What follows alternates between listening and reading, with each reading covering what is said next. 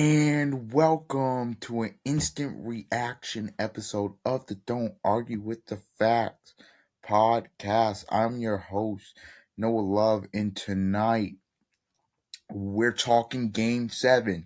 The Spurs knock out the defending, not only Western Conference champions, but the defending NBA champion Oklahoma City Thunder to advance to the first NBA Finals since 2014. The youngest team in the league is going to the NBA Finals and will have home court advantage. They will play the New York Knicks. Game 1, Wednesday, 8:30 p.m. tip-off. And I am obviously we'll get into the reasons why the Spurs won this game and why the Thunder are going home. Please like, comment, share, and subscribe. Okay, let's get into this. What a basketball game. You don't get much. You're not getting. You won't get many game 7s better than that. A very good basketball game. The Spurs knock them out. I want to go here because for the Spurs, 6 guys in double figures. Wemby was good. I want to say he was great. To me, the reason the Spurs win this game, Champagnie was 6 threes. Massive. De'Aaron Fox, I thought that 7-0 run at the end of the quarter probably saves their season, because if you look at that first half, Spurs come out and hit them with a haymaker. They're up 13 points. And then second quarter, they're not getting anything going offensively. The Thunder are just battling. They're just staying. And they're just battling and battling and battling. And they battle back to where they're up 4 in the game. And Fox, for a majority of that quarter, really shut them down. But I think that's 7 straight points. 56-53, they're up at the half. And I don't believe they may have relinquished the lead one. Yeah, they relinquished the lead one time, but after that, it was over. I thought he was huge. I thought Keldon Johnson in the fourth quarter was huge. Those 2 threes. Everybody just chipped in. Dylan Harper, really good defensively. I thought offensively, he was good. The Spurs hit 17 threes. I mean, what more could you say about their defense and offense? And this is a team. I mean, you got to look at this. Wembanyama's 22 years old. Fox is in his prime. Castle's, I think, in year 2. I mean, this is their first major playoff run, and they're going to the NBA Finals. That's what's scary about this. This is the first major playoff run. And look, win, lose, or draw, they were going to be a hard team to beat for a really long time. I expected the Spurs to make a jump. Not this. I did not expect them to win 60 games. I did not expect them to get to the Western Conference Finals. I thought I didn't, and certainly not the NBA Finals. I mean, yeah, I picked them to win the series, but I didn't, like, obviously now, but before the season, if you asked me the Spurs are going to conference finals, I'm like, that's a stretch. That's a stretch. I thought next year would be the year Wemby will win MVP and they'd be a year older and they'd take that jump to where they probably get to the finals and be competing for championship. But now, like, this is crazy.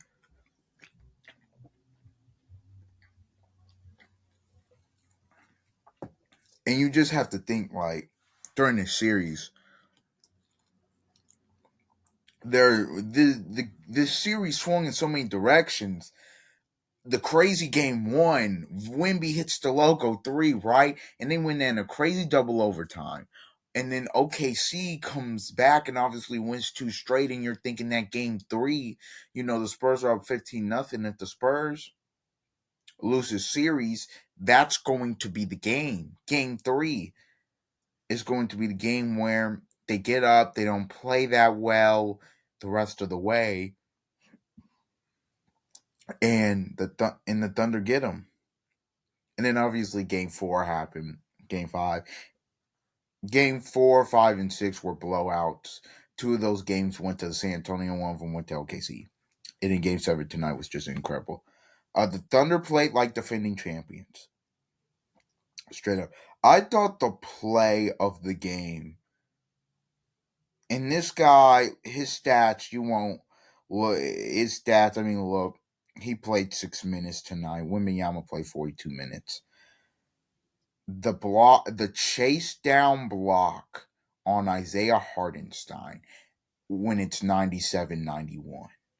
Because if Hartenstein lays that or dunks that in, Wemby has 5 fouls. It's 97-93. It's very big time pressure on San Antonio.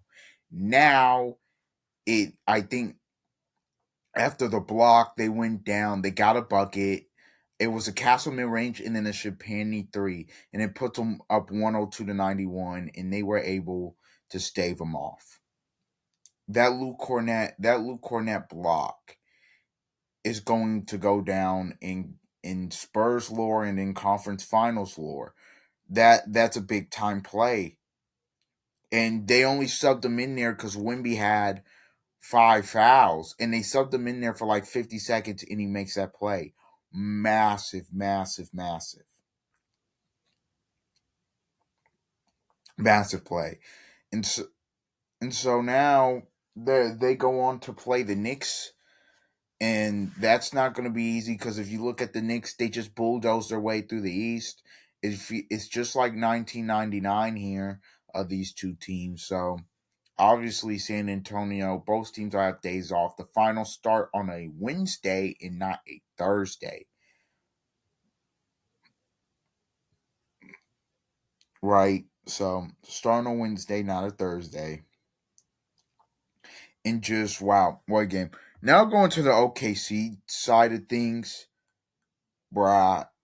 Shea gave it all he had, 35, 9 assists.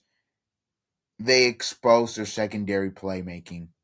No J-Dub and no AJ Mitchell. And look, I get that. And this is why I say dynasties are so hard it's so hard to become a dynasty because you're just you're, for instance, like you're an unlucky injury, unlucky play, or you just run into an alien like Victor Wembanyama, but no J-Dub or no AJ Mitchell.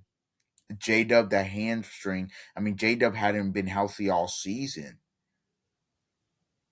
And then you get to the playoffs, and when for the first time you think he's healthy, he's not healthy. And look, in the first 2 rounds you could get away with it. In this round you couldn't. And then AJ Mitchell, who had played so well, goes down. And it's tough. Look, I thought Shea was incredible. The tough shots he was making, especially in that second quarter. But these guys we gotta talk about.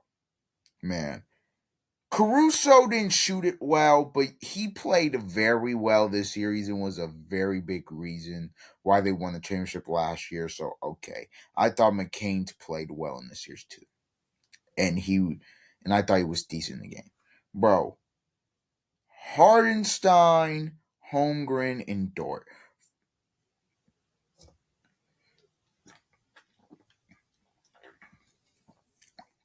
For Hardenstein, he was guarding Wemby, and he's not even really an offensive guy anyways. Obviously, he could have gave you more, but obviously he didn't.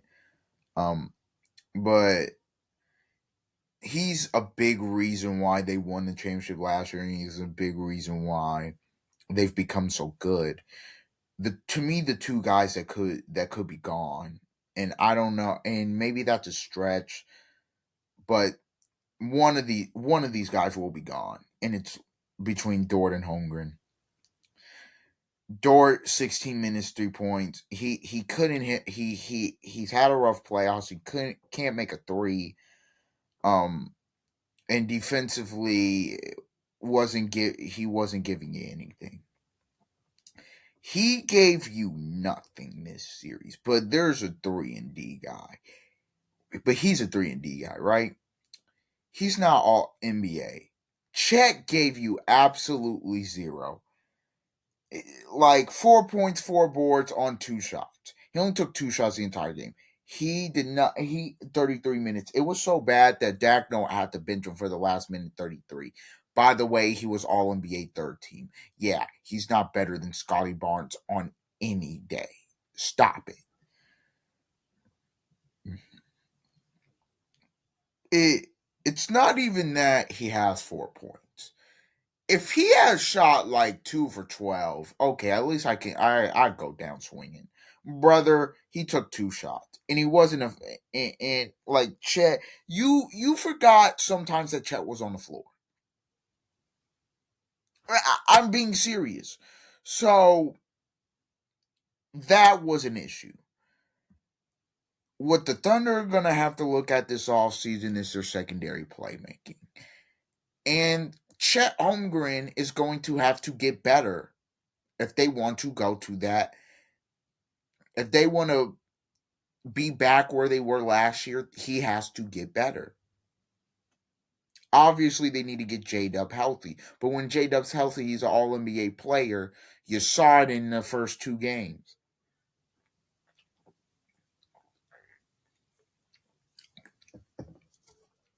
I don't understand tonight.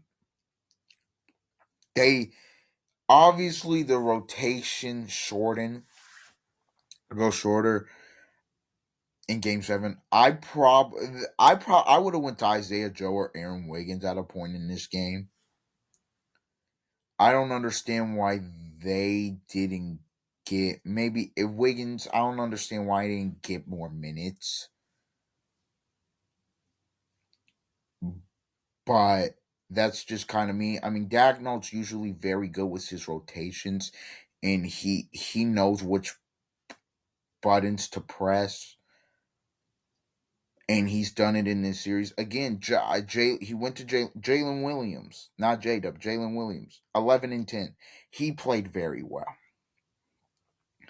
Look. Like some of these like their role players for majority of the series has stepped up, and I thought tonight McCain stepped up. Casey Wallace was great in the fourth quarter. He kept them in the game because Shea was gassed and out of it, and he just made every shot, and he tried, bruh. But Dort now, and obviously we could get into the offseason conversation later, but the point is, I think they're going to move off of Lou Dort just because I think Casey Wallace, at this point in time, he's better than him.